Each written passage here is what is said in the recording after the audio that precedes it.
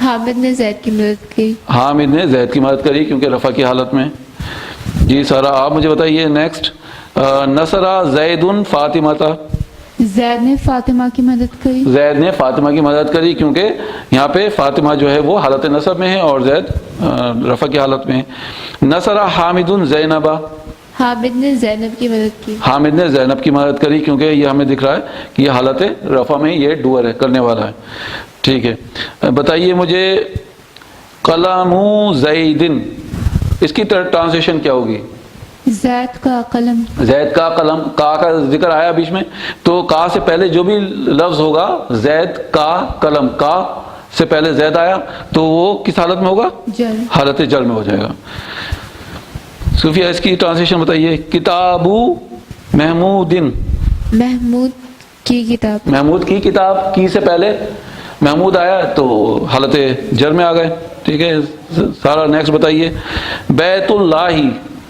اللہ کا گھر. گھر, اللہ کا گھر, تو یہاں پہ کا سے پہلے اللہ لفظ جلالہ کا نام آیا تو وہ حالت جر میں آ گیا, اللہ کا گھر. ٹھیک ہے, تو دعا پڑھ لیے یہاں پہ انشاءاللہ. اب بات کلیئر ہو گئی. رفع نصب اور جر کسے کہتے ہیں؟ کہ رفع وہ جو کہ کام کر رہا ہے, نصب وہ جس پہ کام ہو رہا ہے, اور جر وہ جو کا کے کی سے پہلے لفظ آتے ہیں ان کو حالت جر میں. اور دوسری اہم بات ہم نے کیا پڑھی کہ یہ رفع میں جب ہوگا تو دو پیش یا ایک پیش کے ساتھ بھی آ سکتا ہے, نصب جو ہوگا دو زبر یا ایک زبر کے ساتھ آ سکتا ہے, اور حالت جر میں دو زیر یا ایک زیر کے ساتھ آ سکتا ہے. اور دوسری امپورٹنٹ بات ہم نے کیا پڑھی کہ وہ رفع, ہاں اگر ڈوئر جو ہے ہم ہندی میں یا انگلش میں جب بھی بناتے ہیں تو ڈوئر کو ہم ہمیشہ پہلے لے کے آتے ہیں. یعنی محمود ہٹ زید, تو ہم نے محمود شروع میں لیا ہے.